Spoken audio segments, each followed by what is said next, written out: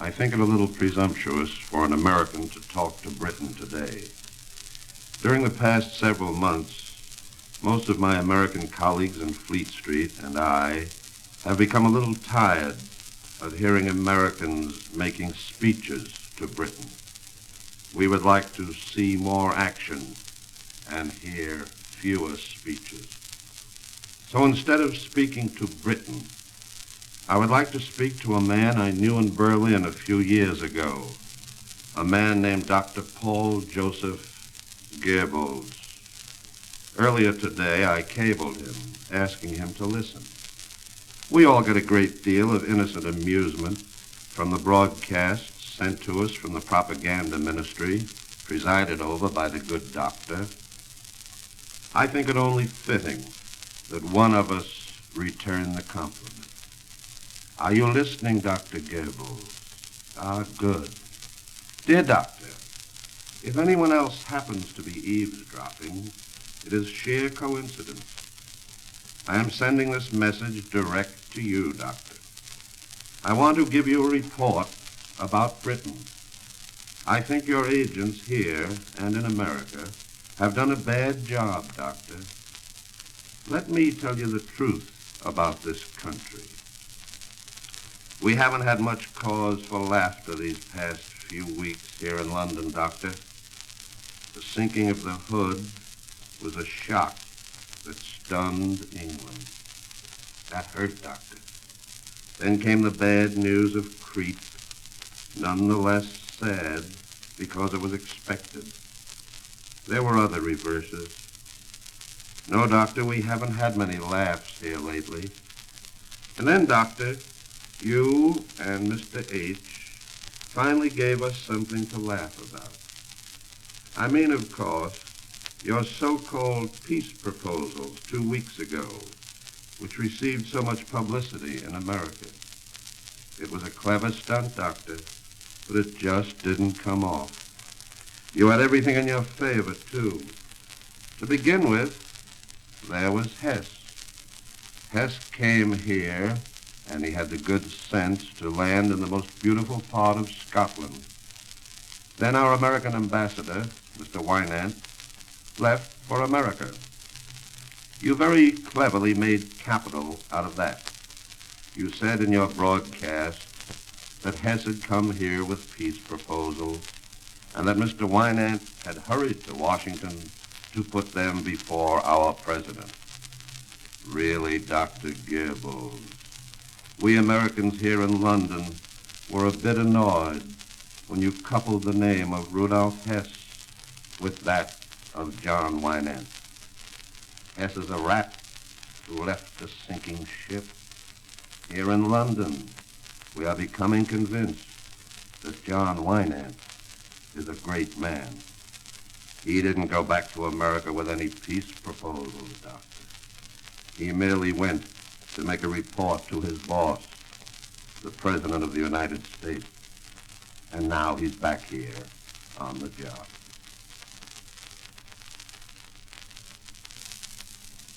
Don't think too harshly of Hess. From your point of view, he's all right, Doctor. I think he's still an unrepentant Nazi. He's still a member of your gang. He tried to play God, Doctor.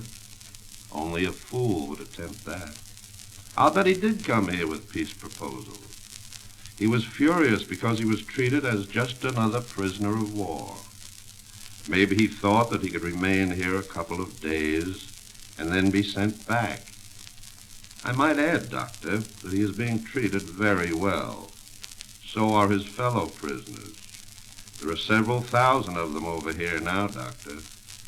I must say that the British treat your visiting German pilots very well indeed, Doctor. A lot of us in London think that they are treating Hess too well. We American correspondents had what we thought to be a good idea about Hess.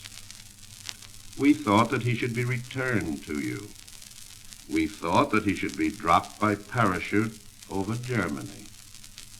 And we American correspondents wanted the job of folding that parachute. But don't get me wrong, Doctor. We're just neutral reporters. But to get back to your peace proposals, of course England wants peace.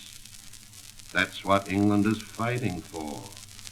The aim of every war is peace.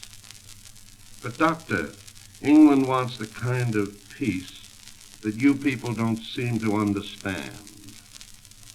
There are 44 million people on Churchill's island, Doctor. Realize one thing.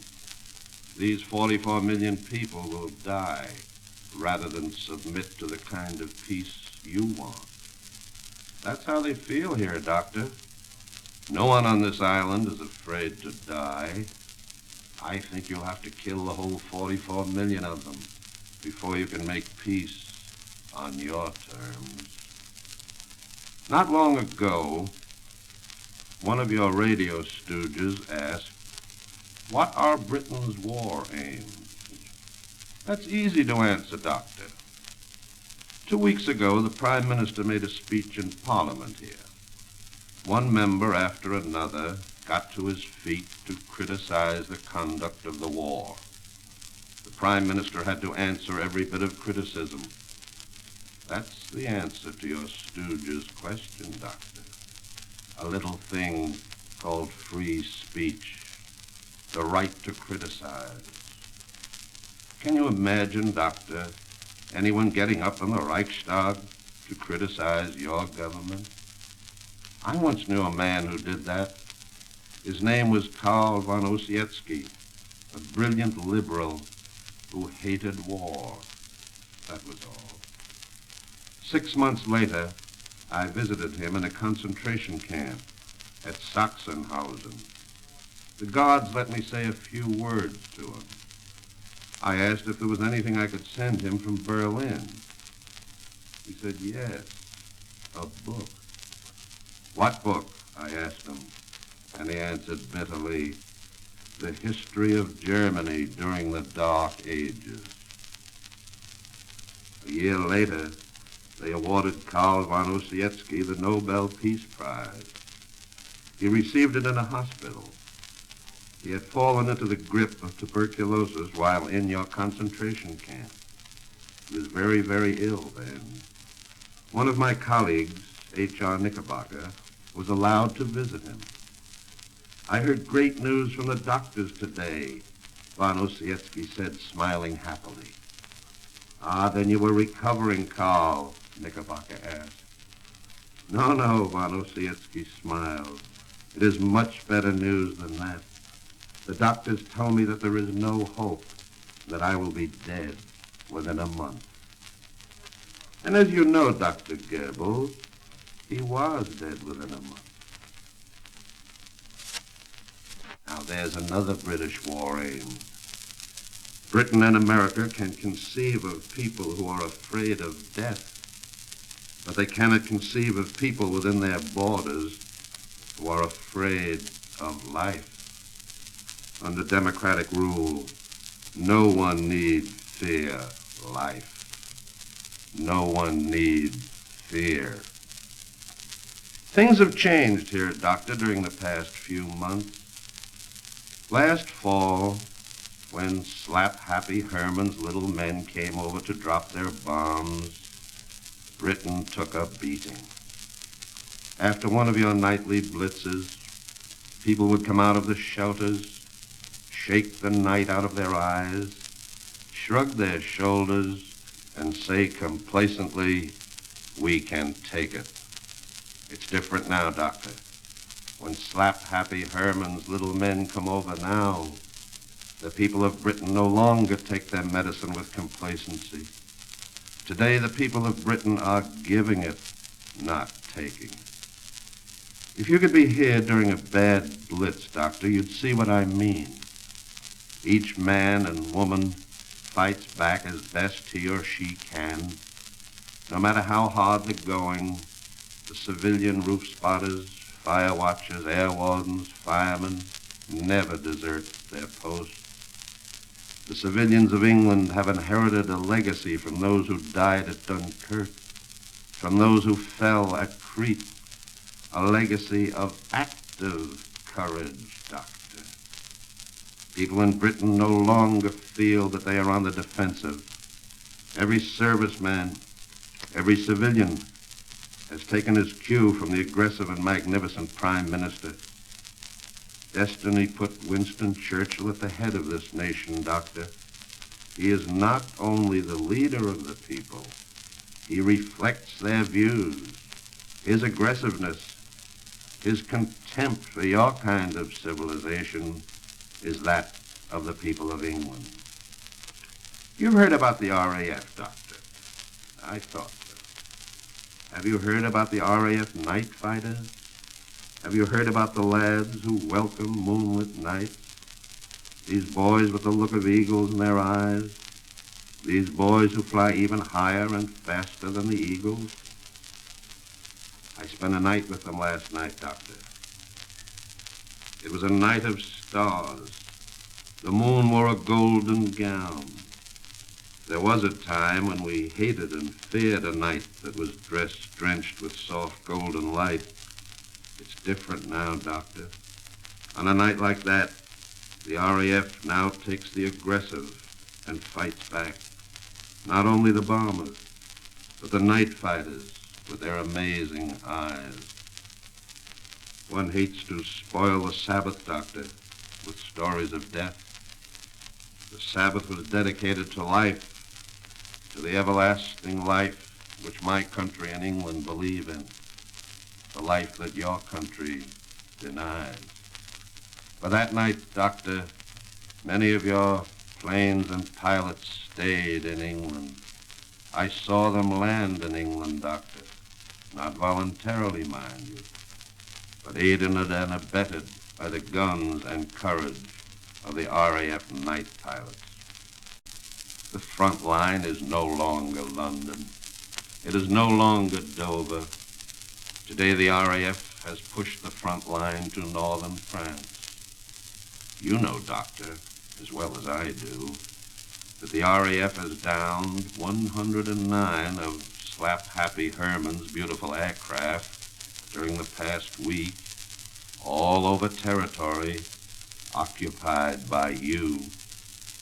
Yes, Doctor, Britain is no longer taking it. She is lashing out now, and her blows become stronger as her lifeline to Canada and to America becomes stronger and less vulnerable. Doctor, I live with the civilians of Britain, the People's Army of Britain. They are aroused now as they haven't been aroused in the history of this empire. It took them a long while to awake. It took my country a long while to awake, too.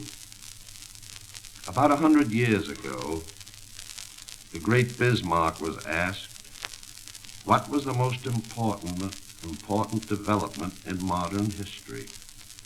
The great warlord said, unguardedly and disgruntledly, the fact that North America still speaks English. Bismarck was right. North America still speaks English, the language of free men. And my country believes with England and has not been backward lately about showing its belief that they cannot live in peace and in Christian unity so long as your kind of pagan philosophy dominates half the world. England and America have only one difference of opinion. In America, we drive our cars on the right side of the road. Here in England, people drive on the left side. The road we are going to travel together is a broad one, the road to Berlin. Britain will take the left side of the road. America will take the right. And we'll go swinging along together, side by side. And no matter how hard the road is, or how long it is, we know that eventually it will bring us together to Berlin, Doctor. Keep listening to these Sunday night programs, Doctor. And one night, I hope soon, you'll hear a new song played. You'll recall it, Doctor. It was once played in the Rhineland. Listen to it carefully, Doctor. And behind it you'll hear the voices of 130 million united people singing this song of freedom. I mean the anthem, Doctor, that takes its name from the flag of my country, a country which this time will be proud to fight. Well, that's all, Doctor. Take good care of yourself. Take very good care of yourself, Doctor. We'll be seeing you soon. Perhaps not this summer. Perhaps not next fall or next winter. But sooner or later. And when we do see you, Doctor, we want you to be in very good health. Good night, Doctor.